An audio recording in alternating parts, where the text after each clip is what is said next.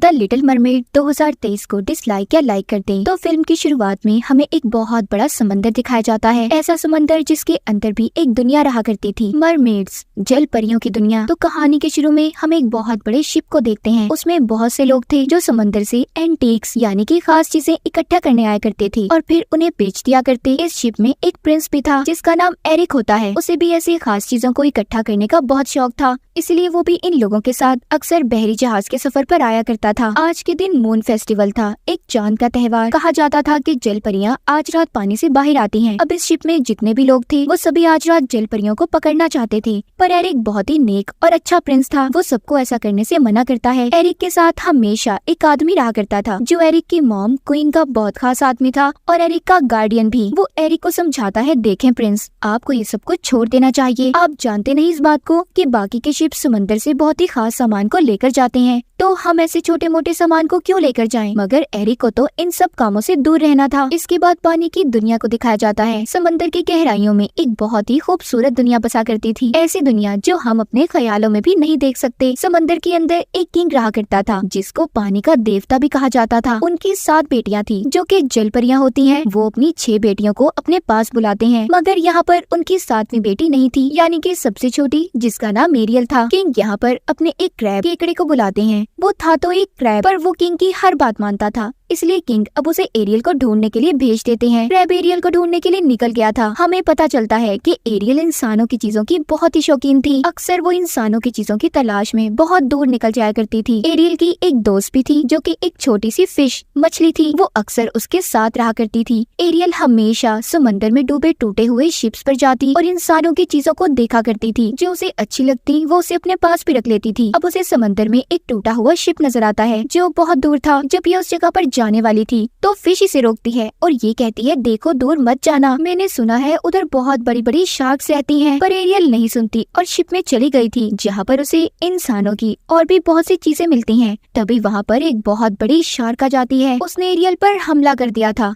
मगर एरियल उसे जाल में फंसाकर वहाँ से बचकर निकल गई थी। उसका एक परिंदा दोस्त भी था। दरअसल उसे शिप से फोक कांटा मिला था, जिसे लेकर वो अपने परिंदे दोस्त के पास जाती है और उससे पूछती है कि इसे किस चीज के लिए इस्तेमाल किया जाता है। उसको भी इन बातों का पता तो नहीं था। वो एरियल से कह देता है कि इससे तो बाल बनाए जाते हैं। ये सुनकर एरियल भी उस कांटे से बाल बनाने लगी थी। तो अभी यहाँ पर क्रैब आ जाता है जो किंग का पैगाम लेकर आया था। वो बताता है कि क्या आप जानती है आज मून फेस्टिवल है, तो किंग आपको बुला रहे हैं। ये सुनकर एरियल जल्दी जल्दी तेजी से तैरकर किंग यानी कि अपने डैड की मीटिंग में पहुंच गई थी। यहाँ पर समंदर में हमें एक सी विच पानी की जादूगरनी दिखाई जाती है जिसके बहुत बड़े बड़े टेंटिकल्स थे, बिल्कुल ऑक्टोपस की तरह। उस विच ने एरियल पर नजर रखी हुई थी। अब खैर एरियल अपने डैड के पास आ जाती है जहाँ पर उसके डैड उससे बहुत नाराज थे। वो पूछते हैं कि तुम कहाँ पर थी। एरियल बताती है वो इंसानों की चीजों को देख रही थी। ये सुनकर किंग यानी कि उसके डैड को गुस्सा आ गया था। एरियल अपने डैड से कहती है, मुझे समझ नहीं आती आपको इंसान इतने बुरे क्यों लगते हैं, उनकी दुनिया बहुत प्यारी है, वो बहुत अच्छे लोग हैं। दरअसल एरियल की मॉम की मौत के जिम्मेदार इंसान ही थे,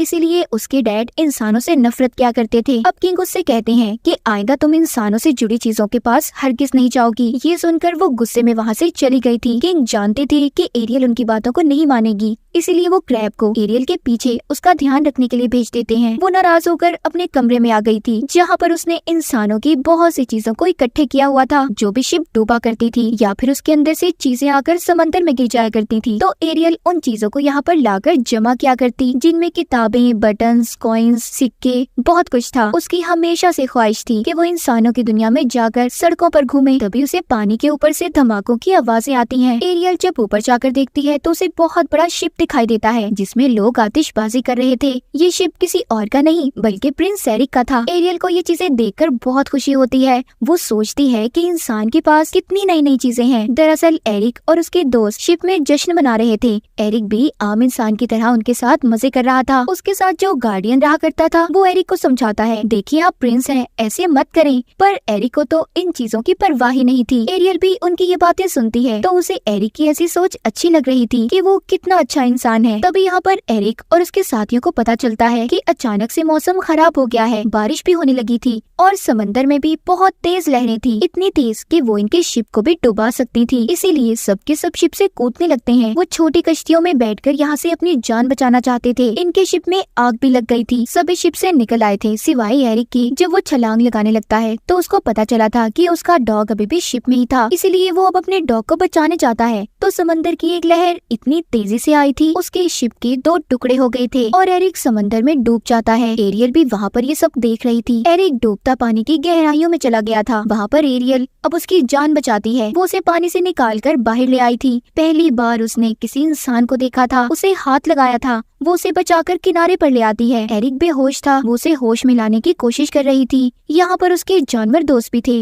वो सभी आपस में ये बातें करते हैं कि किंग को ये बात कोई नहीं बताएगा कि एरियल ने किसी इंसान की जान बचाई है। उधर एरियल एरिक को होश में लाने की कोशिश कर रही थी। वो गाना भी गाती है, मगर तभी महल से कुछ गार्ड्स आ जाते हैं जो एरिक की तलाश में आए थे। जब एरिक अपनी आंखें खोलता है तो गार्ड आकर उसे अपने साथ ले गए थे। उसने एरियल को नहीं देखा था, पर वो जानता था कि उसकी जान एक लड़की ने बचाई है। एरियल भी गार्ड को देखकर छुप गई थी। ये सब वो पानी की विच भी देख रही थी, जिसको हमने कहानी के शुरू में देखा था कि उसने एरियल पर नजर रखी हुई थी। उसका इस चीज के पीछे बहुत बड़ा मकसद था। अब हम एरियल को देखते हैं। जब से वो इंसान से मिली, यानी कि एरिक से, तब से और ज्यादा खोई खोई रहने लगी थी। अब तो वो इंसानों की दुनिया में जाना चाहती थी। हर रोज वो एरिक का इंतजार करती कि शायद वो कभी उसे ढूंढने पानी पर जरूर आएगा। दूसरी तरफ एरिक, जिसका इलाज चल रहा था, वो ठीक होकर अपनी मॉम के पास आता है, जो कि क्वीन थी। वो अपनी मॉम से पूछता है, क्या आप लोगों को वो लड़की मिली जिसने उस रात मेरी जान बचाई थी? उसकी मॉम कहती है, नहीं अभी तो नहीं, पर हाँ जल्दी हम उसे ढूंढ लेंगे। पर बेटे आपको भी आराम करना होगा। एरिक कहता है, नहीं मैं ठीक हूँ, मुझे बस जल्दी उस लड़की को ढूंढना है जिसने मेरी जान बचाई थी। मैं उसे देखना चाहता हूँ। एरिक को भी इस बात पर शक था कि शायद वो लड़की मरमेड, एक जल परी है जिसने उसकी जान बचाई थी। वो रोज समंदर के किनारे जाकर एरियल को ढूंढा करता था। वो शिप पर भी जाता है। उसे यकीन था कि अगर वो फिर से अपनी जान को खतरे में डालेगा तो वो जल परी उसे बचाने जरूर आएगी। उधर पानी में भी एरियल खोई खोई रहने लगी थी। उसकी बहनें समंदर में गिरी हुई शिप को हटा रही थी, जो कि एरिक का शिप था। एरियल यहाँ पर अपनी बहनों से कोई बात नहीं करती। अब उसके डैड को भी उस पर शक हो गया था कि एरियल को किसी इंसान से प्यार हो गया है। एरियल के डैड यानी कि किंग की बात क्रैब से पूछते हैं। उसने भी सब सच बता दिया था कि हाँ एरियल ने एक इंसान की जान को बचाया था।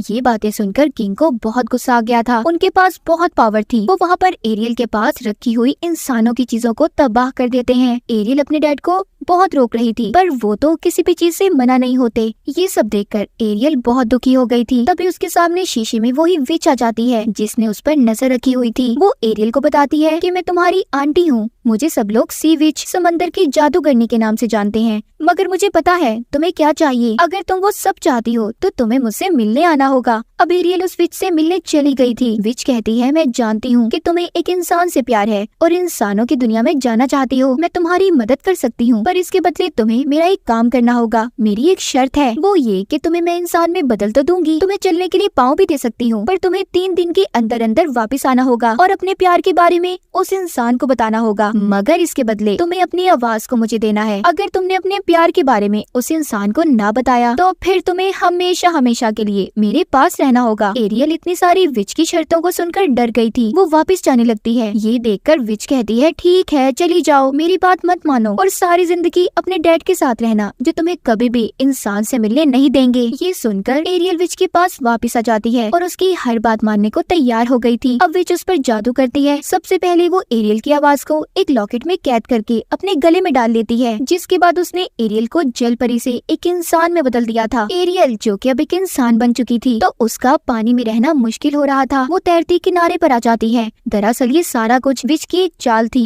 वो तो एरियल के डैड यानी कि किंग को हराकर समंदर की क्वीन बनना चाहती थी। वहाँ पर एक मछुआरा जब मछलियाँ पकड़ रहा था तो उसके जाल में एरियल आ जाती है। मछुआरा उसे देखकर काफी हैरान था। वो उससे कहता है, फिक्र नहीं करो, मैं तुम्हें अपनी क्वीन के पास ले जाऊंगा जो तुम्हारा अच्छे से ख्याल रखेंगी। एरियल जब अपने पाँव देखती है तो काफी खुश थी। उधर उसके पास उसके जानवर दोस्त भी आ जाते हैं। वो भी जान गए थे कि एरियल अब जल परी नहीं बल्कि एक आम इंसान बन चुकी है। अब खैर मछुआरा उसे अपनी क्वीन के पास ले आता है, जो कोई और नहीं बल्कि एरिक की मॉम थी, जहाँ पर एरियल का बहुत अच्छे से ख्याल रखा जाता है। उसको नहला धुलाकर कपड़े पहनाए जाते हैं। वो इंसानों की दुनिया में आकर बहुत खुश थी। उधर वो गाना भी गाती है, पर उस बेचारी की तो आवाज ही नहीं थी जिसका सौदा इसने विच के साथ किया था। जब वहाँ पर एरिक इससे मिलने आता है तो उसे देखकर काफी हैरान होती है, पर एरिक ने इसे नहीं पहचाना था। पहले तो एरिक को भी ये लग रहा था कि जो लड़की उसके महल में आई है उसी ने उसकी जान को बचाया है। पर जब एरिक एरियल को देखता है तो कहता है अच्छा हुआ तुम्हारी जान बच गई, तुम आराम से हमारे महल में रह सकती हो। बेचारी एरियल उसे ये भी नहीं बता पाती कि उसकी जान किसी और ने नहीं बल्कि इसी ने बचाई थी। जब एरिक वहाँ से चला जाता है तो उसके पास उधर क्रैब आ गया था जो उससे कहता है कि तुम्हें 3 दिन के अंदर अंदर अपने प्यार को सब बताना होगा वरना विच तुम्हें हमेशा हमेशा के लिए अपने पास रख लेगी। इतना सुनकर एरियल वहाँ से चली जाती है। अब जब वो इंसानों की दुनिया में आ गई थी तो उसे बहुत कुछ देखना था।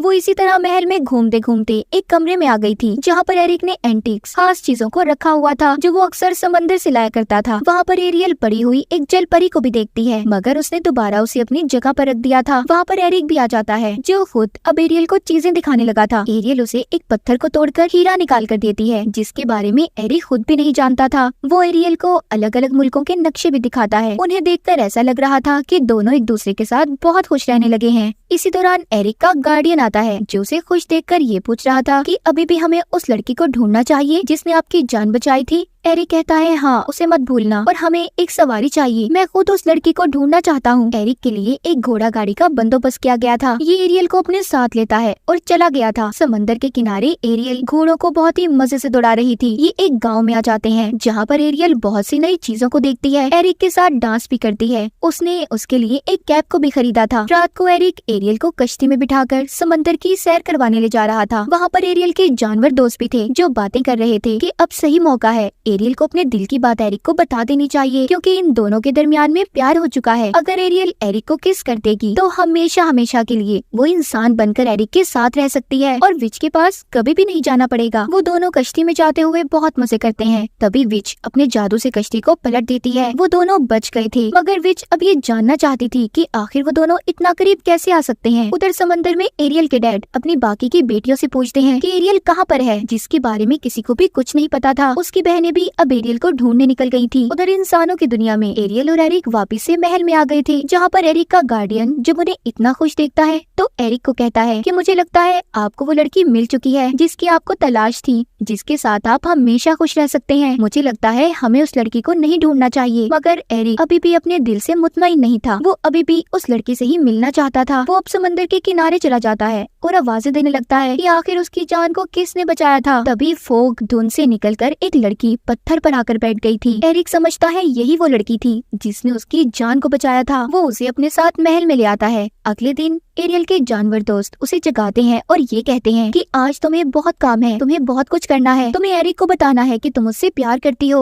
अब एरियल जल्दी जल्दी तैयार होती है, एरिक के पास जाती है पर वो उस लड़की के साथ था जो कल रात उसे मिली थी। वो अपनी मॉम को बता रहा था कि मॉम यही वो लड़की है जिससे मैं प्यार करता हूँ और इसी ने मेरी जान को बचाया था। उस लड़की के गले में एक लॉकेट चमक रहा था। एरियल ये बातें सुनकर बहुत दुखी हो गई थी और महल से बहुत दूर चली जाती है। एक रात उसका परिंदा दोस्त गाने की आवाज को सुनता है जो किसी और की नहीं बल्कि एरियल की आवाज थी जो उसी लॉकेट से आ रही थी जो उस लड़की ने पहना हुआ था जो कल रात एरिक को मिली थी। वो कोई और नहीं बल्कि विच थी जिसने खूबसूरत लड़की का रूप लिया हुआ था। ये सब जानने के बाद एरियल के दोस्त उसके पास जाते हैं और उसे सब बता देते हैं। कहते हैं तुम्हें अपने प्यार को हासिल करना होगा वरना वो विच जीत जाएगी और फिर तुम कभी भी इंसान बनकर यहाँ पर नहीं रह सकती। ये बातें सुनकर एरियल दोबारा महल में आ जाती है। वहाँ महल में एरिक और उस लड़की की मंगनी होने वाली थी। एरिक की मॉम पूछती है क्या तुम वाकई इस लड़की से प्यार करते हो क्योंकि कल तक तो तुम एरियल के साथ बहुत खुश थे। एरिक कहता है इस बारे में तो मैं खुद भी नहीं जानता कि आखिर बात क्या है। तभी वहाँ पर एरियल के दोस्त आ जाते हैं जिन्होंने उस लड़की यानी कि विच पर हमला कर दिया था। वहाँ पर एरियल आकर सबसे पहले उसके गले से लॉकेट को उतारती है जिसमें उसकी आवाज कैद थी। अपनी आवाज आने के बाद वो एरिक को बताती है कि मैं ही वो लड़की हूँ जिसने तुम्हारी जान बचाई थी। विच भी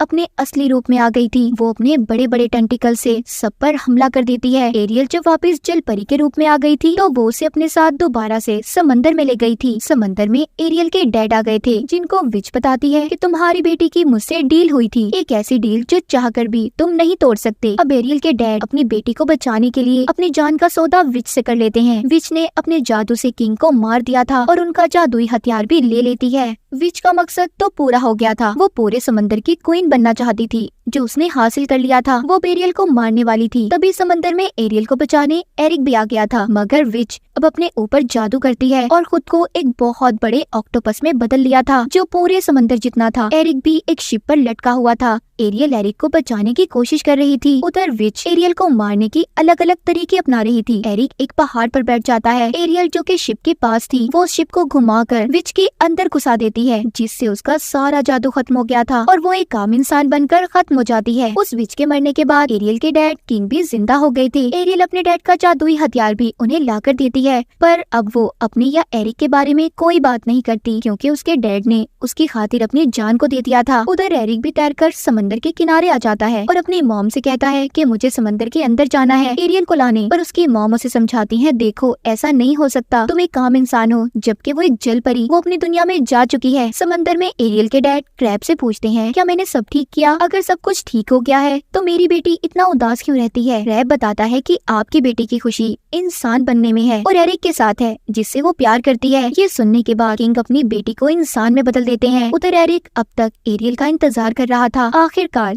एरियल एक इंसान बनकर एरिक के पास पहुंच जाती है। वो दोनों मिल गए थे, जिसके बाद अब एरियल हमेशा इंसान बनकर रहेगी। महल के अंदर दोनों की शादी हो जाती है। पूरी दुनिया घूमने के लिए ये तैयार थे। एरिक अपनी मॉम से मिलता है और जाने से पहले एरियल अपने डैड से मिलती है। उसके डैड बताते हैं कि मैं गलत था, हर इंसान बुरा नहीं होता, अब हम मरमेड्स मिलकर इंसानों के साथ रहेंगे। ये सुनकर एरियल बहुत खुश होती है, जिसके बाद ये दोनों हंसी खुशी अपने सफर पर निकल जाते हैं, जो सफर इनका पूरी दुनिया घूमने का था। और इसी के साथ इस मूवी की कहानी यहीं पर खत्म हो जाती है।